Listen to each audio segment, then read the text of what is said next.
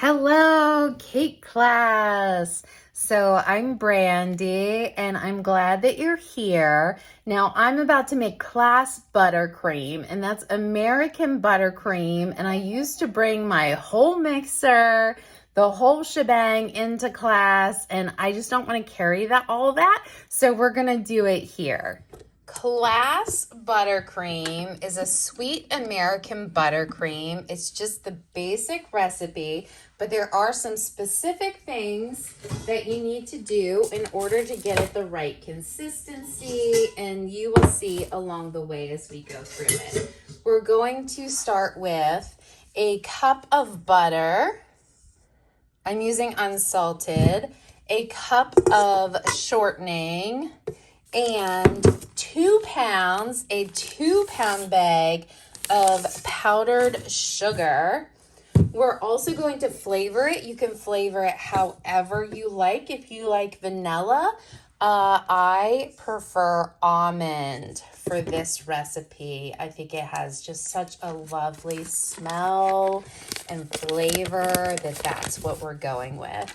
You want to start with your butter, and we're going to cream it. Now, obviously, this recipe can be cut in half if you just use 1 pound of powdered sugar, but I like not measuring. I like buying it in the 2-pound bag and then not having to measure it.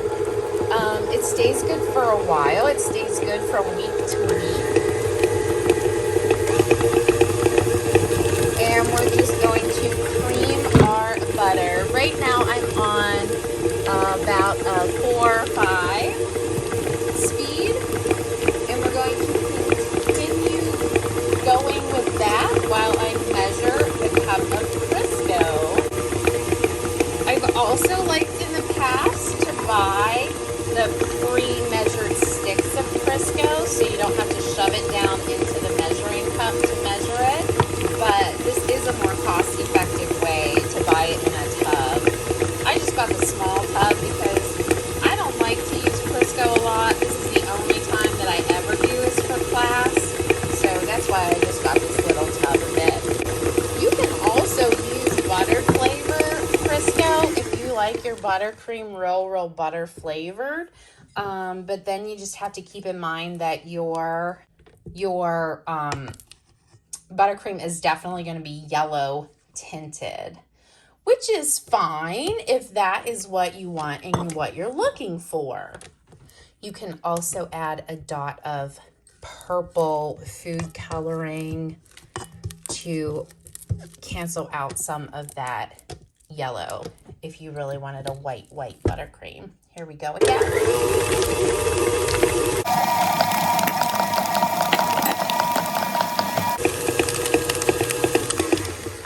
Oh yeah, that's looking good already.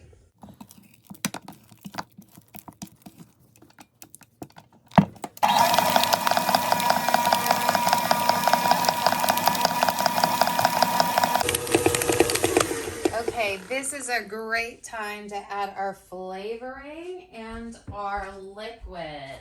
Okay, 7 to 8 teaspoons of milk or water, and a teaspoon of flavor. So what I'm doing is I'm pouring my teaspoons into this cup that I already have out, the Crisco cup that I use. 6, 7. I want to make it stiff, so I'm adding the least amount. Plus my flavoring. Super looking forward to smelling that, and in we go.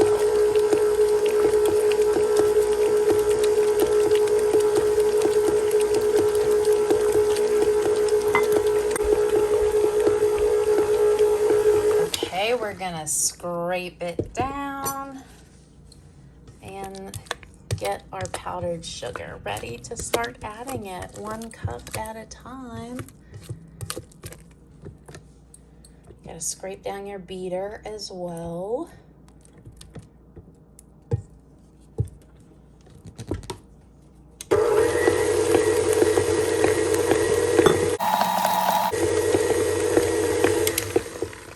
Okay, another great tip that I have is to get a towel ready.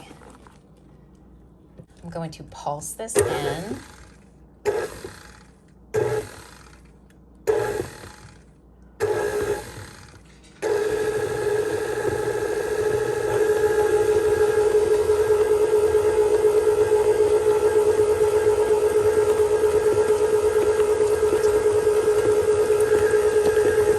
Now, obviously, my KitchenAid doesn't have pulse on it.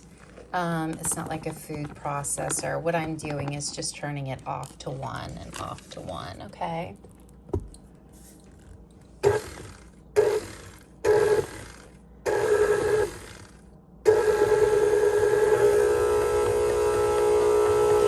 now I'm gonna stick my towel over it. Oh yeah, you can still see a little bit. I'm gonna turn it up.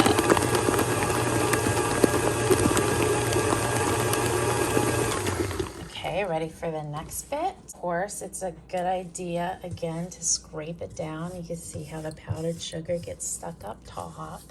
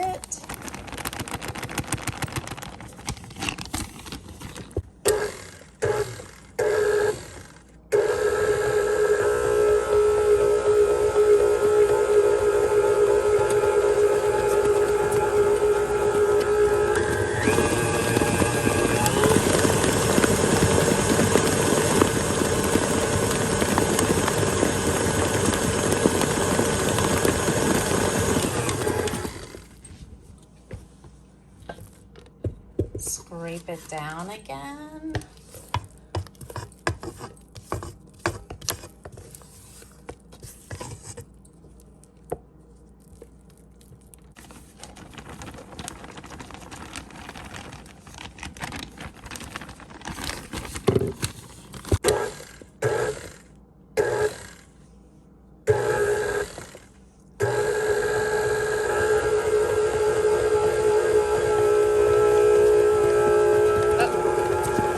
For the towel, I got a big cloud of powdered sugar.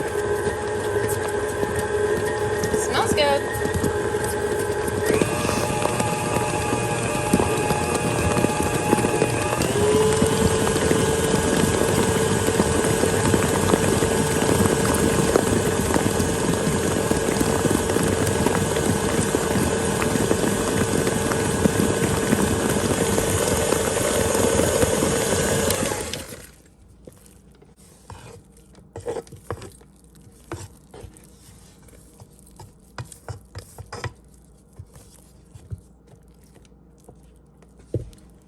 Okay, some other things that I haven't covered yet is salt. I didn't add salt to this. It's always a good idea to add salt when you are baking and making sweet things, but I forgot and I'm not really worried about it. But you would add salt during the liquid phase. You can add it to the liquid to dissolve it first before you get it in there. This is the last bit of the powdered sugar. The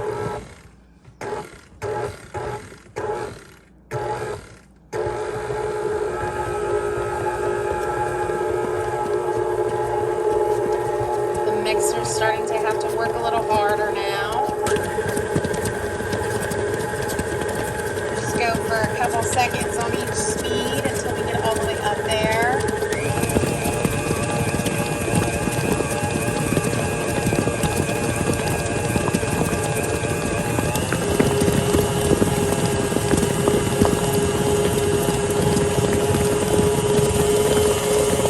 Okay, I'm one. The other thing that I forgot to mention is the meringue powder. Now, meringue powder is eggs, so if you're allergic to that, definitely leave that out. But what that helps do is what does that help do? It helps like with the preservation and the stiffness. It helps your flour stand up stronger. Yeah, but definitely, you could definitely leave it out. But it's also really easy to find in your baking section too. So totally up to you. If you did that, you would just be adding a tablespoon, 2 tablespoons.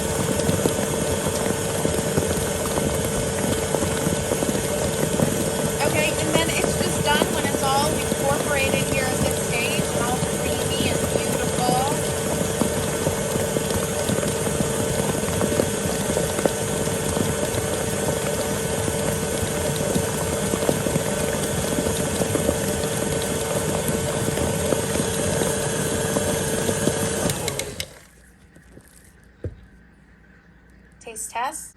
Oh yeah, that's perfect. Okay, I hope that helps.